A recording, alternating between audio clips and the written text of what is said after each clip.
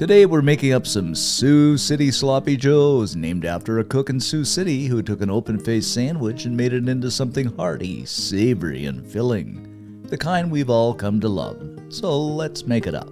The first thing we're going to do is throw some oil into a pan over medium-high heat. Then throw in a small chopped onion, and it can be a white onion, red onion, whatever you prefer. Follow that up with half a green bell pepper. You can also use red, whatever you like. And we're going to fry these for a few minutes just until the onion and garlic begin to soften a little bit. And we're looking good right about here, and it's funny how just an onion frying kind of makes you hungry. Anyway, in we go with half a pound of ground beef. And of course, just kind of break this up a little bit.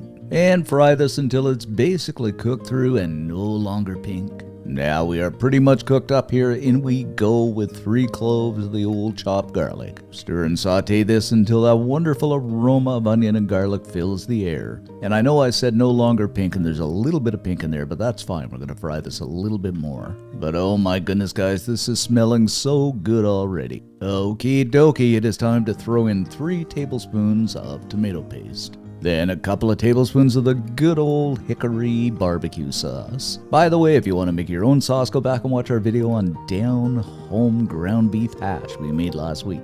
Of course, give everything a stir around, and this is beginning to take shape now. And I just kind of love it when that tomato paste and barbecue sauce covers everything and is beginning to look thick and rich already. Then a tablespoon of brown sugar, a couple of tablespoons of Worcestershire sauce, definitely a must, add that depth of flavor.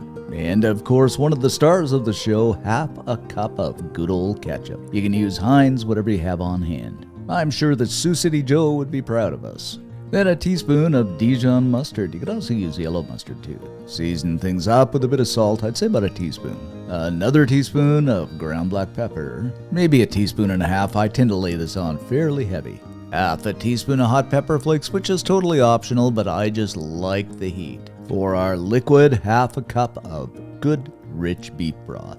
Once again, a stirring we will go, and this is now starting to look sloppy Joe-ish, at least to me anyway. And we are to the point we're going to grab up our bun and throw it onto a grill. I'm using ciabatta here, but you can use whatever you like, and you can also toast it.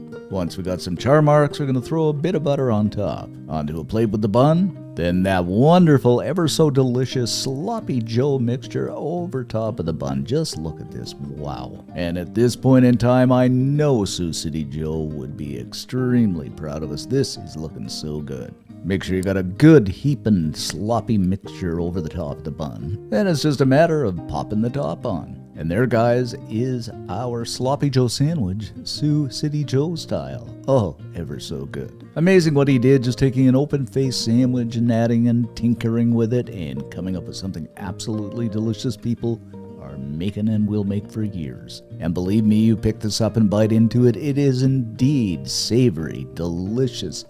You're going to come back and want another one, and the whole family will. And if you do make this up, leave us a comment. I love to read them. Most of all, like and subscribe. It helps the channel out. As always, stay tuned for Sunday's video. You are going to love it. Thanks for watching, guys. Stay safe, and we shall see you in the next video.